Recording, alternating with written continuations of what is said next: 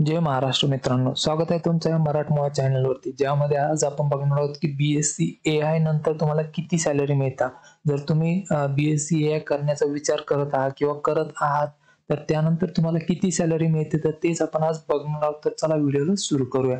बघा, BSc AI नंतर जी salary असते ती डिपेंड करते की तुम्ही कोणत्या कॉलेजमधून करताय किंवा तुमच्याकडे कोणतं स्पेशलायझेशन आहे, तुमचं स्किल नॉलेज कसं आहे किंवा एक्सपिरियन्स आहे की नाही, त्यावरती पण मॅटर करत असतं. पण जर एक ॲव्हरेज जर सॅलरी काढली आपण, तर ती असते 4 ते 5 लाखांचं पॅकेज तुम्हाला सहजरित्या मिळून जातं. म्हणजे 4 लाखांपासून 5 लाखांपर्यंतचं पॅकेज पर इयरसाठी तुम्हाला दिलं जातं. आणि जर टॉप सेक्टर वगैरे बघितल्या, कंपनीज बघितल्या, तर त्यापैकी TCS आहे, ते तुम्हाला चांगलं पॅकेज दिलं जातं.